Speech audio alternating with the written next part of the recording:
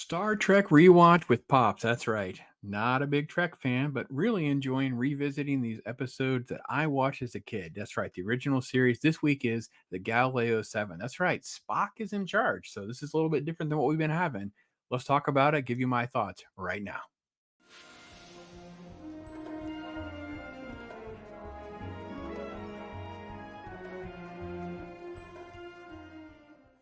All right, everybody, welcome. I am Pops, and yes, I've been rewatching the Star Trek original series and enjoying the episodes. Thanks to Nerdporeal Lifeform giving me sort of like the production order going through them. And this week is Galileo 7. It kicks off, and I got to be honest, right away, I was like, I can't stand the blue jumpsuit guy. I don't exactly know who he reminds me of. He just comes in, it's like this stoic politician just giving everybody grief. And it's like, oh, we got to get over here, do these meds to this plague, blah, blah, blah, blah, blah. But in the meantime, we have this obligation to investigate this sort of like anomaly in space, right? The special effects for the anomaly is truly spectacular. I couldn't believe. I don't know what has been sort of like remastered and what has not. So I'm a little confused on that regard, but this quasar type formation, it's called the Murasaki 312, I think is what it's called. It's super beautiful, just great graphics. And they're basically going to send down a team of 7 people. Spock, Scotty, McCoy lead the group, and then you have a bunch of other people that you kind of like are thrown into like as though we're supposed to really care about them too much. They have very strong personalities to give Spock grief on his basically first mission. And we get our real good look at the shuttle. Now, I don't know what we're going to have for the shuttle and the rest of the series, but I will admit some of the shuttle shots look a little cardboardy, but also like I really was impressed for the 1960s look about it and how they kind of have some different dynamics that I really did enjoy. So we end up with our little closed set of them trying to get down there to do their sort of analysis, and they kind of like it's just kind of lost, and they basically are going to crash in this little planet inside the anomaly. So that's kind of where the episode is pretty much going to take place. For everything, there's a planet that has life inside, and that is Taurus II, and Spock is going to be the one in charge of trying to get the landing party off the planet, repair the ship. They don't have fuel. They got to do this. They don't have propulsion. They don't have whatever. And then ultimately, they're attacked by these ape-like creatures, and that's kind of the gist of things. But as I said, this is just beautiful stuff. Every minute of this was just fantastic. Which, by the way, I kind of laughed at the Dixie Cup thing. There's like 2 or 3 shots where they're all drinking, and one of my pet peeves with any entertainment is can't they just put water in these? Like 9 times out of 10, you can tell they're empty, and the actor is trying to pretend there's something there. I just cannot understand me for the life of me why they just can't put a little bit of water in there. But that notwithstanding, Uhura is very interactive in this episode, which I thought was pretty good. But yeah, douchebag politician guy in his weird blue leisure suit thing with he's got like a blue scarf thing on underneath. I thought that was just really peculiar. All right, so they crash on the planet. McCoy does this quick little analysis of everybody of who's actually hurt. It's like, I hurt my wrist, and it's like, oh, I'm okay. And then it's like other character, I forget where she is. She like actually is laughing when they put her back in the chair. Like she has like a smile on her face. I was like, what is happening? Anyway, Bones goes around. Everybody's okay.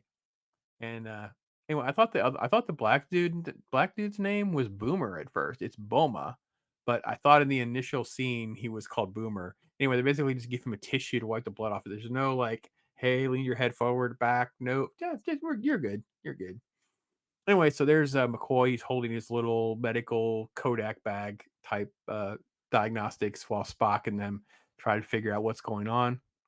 There's a lot of these kind of shots of Nimoy Spock being like, well, I guess we're going to figure it out. Let's use some logic. And there's just a lot of logic. And it's just kind of like the first go around for Spock to kind of know logic isn't the only way to lead. And there's going to be a lot of dynamics, especially when you're dealing with humans and their emotions to figure out how you're going to deal with them. Right. And then trying to analyze the situation, come up with the best plausibility. We sort of like have that first introduction of that concept, at least as far as I know, the Vulcan principles of the needs of the many outweigh the needs of the few, right? The famous Wrath of Khan principle that leads to Spock's demise in that film.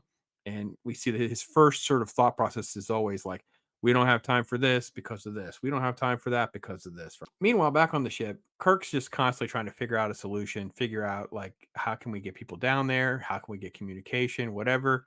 douchebag political guy, leisure suit guys in the background. Uhura showing lots of legs and basically telling Kirk he's got nothing to go on. And Kirk is like actually kind of rude through this episode towards people. It's like, I don't care, man. Just give me what I need.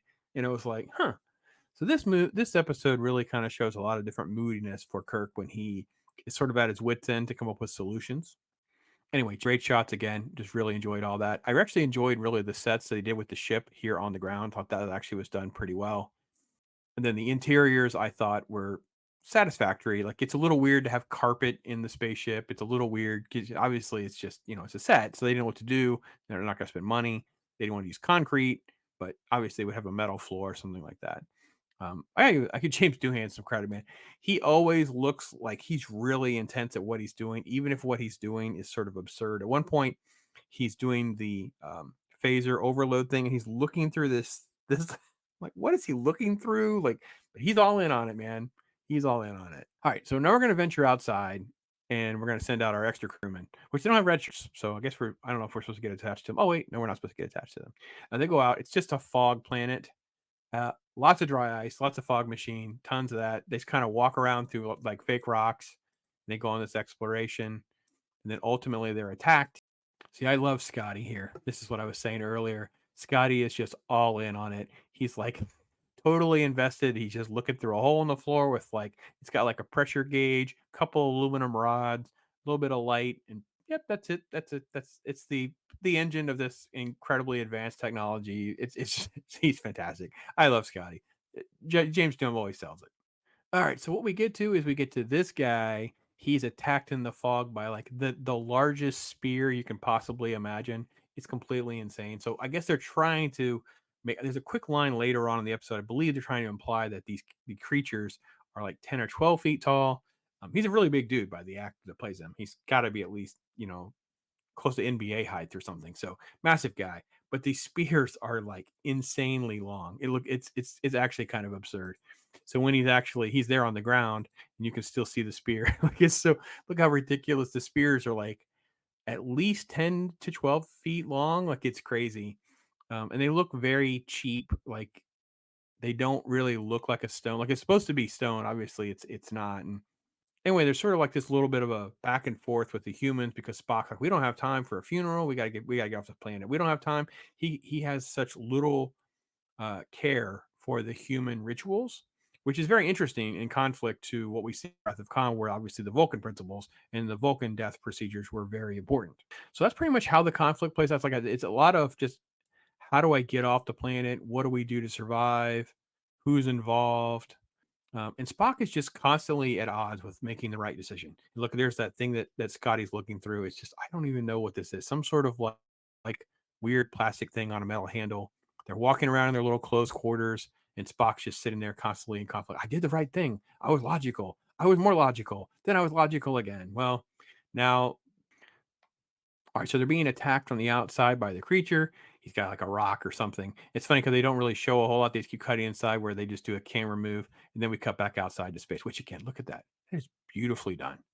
This really, really works well for the models of their time, having that background like that. That's a beautiful shot. And there's the douchebag politician, leisure suit guy going, "No, you've got 2 hours, Kirk. Then I will take control." It's like it was just so irritating. I was so over this guy like the whole time. And there's our extremely fancy dancy hole in the floor, stressful scenarios. Um, the angles that they used for some of these shots were kind of weird, but it progresses pretty well. There's a Hura with bright green earrings, which was very distracting for me. And then they're just trying to figure something out. And then ultimately they kind of have to leave. So they created the douchebaggy political leader suit guy to have a reason for the Enterprise to have to leave. Otherwise, they could keep searching, keep coming up with solutions, whatever. And then to have the creature, it creates like the stress. They can't really stay on the planet either. So it's sort of like a lot of contrivances to put Spock's leadership in question. Like, what is he going to do and how can they survive? And nothing makes sense to Spock. Like that quick shot you saw with the rock, he gets caught and they're like, no, no, no, leave, go. And like, no, they go to save him, of course. He's like, that's illogical. You shouldn't have saved me. The need of the many, outweigh the need of the few, kind of thing. And I will say it's all very good. It's like you don't get it. And then ultimately Spock makes an irrational move at the very end where he jettisons all of their fuel and ignites it. And in doing so, they're going to catch on fire. because they don't have any fuel left. They're going to go into orbit and die. But to the Enterprise has one quick chance. They're going to see it, and they can see this little blip going around. Oh, that's got to be them. And they swoop in at the last second, beam everybody up. Everybody is safe, even though it makes no sense to anybody.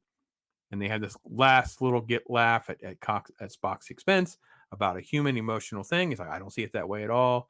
And then they have like this really strange overreaction. Like, look at how everybody's laughing, like overreaction to Spock being stubborn.